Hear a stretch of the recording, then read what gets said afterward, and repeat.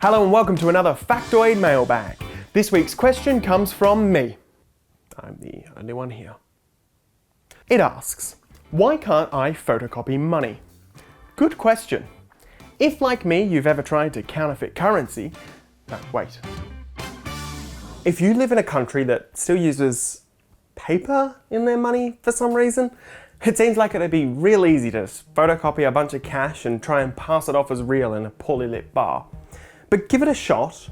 Don't actually give it a shot. That's like super illegal. But give it a shot and you'll find that most colour copiers will refuse to touch it. Your photocopier knows it's looking at a banknote because of something called the Orion constellation, a special pattern of circles implemented on most banknotes around the world. Place this pattern on anything and photocopiers won't touch it. Well, let's just take a photo of some notes and print that out. But if you try to do that, there's an even more complex system working against you.